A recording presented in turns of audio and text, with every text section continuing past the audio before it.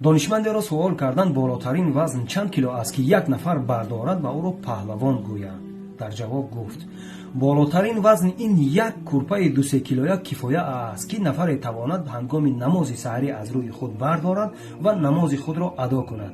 ҳар нафаре ки он вазнро бардошт, пас ӯро паҳлавон бояд донист.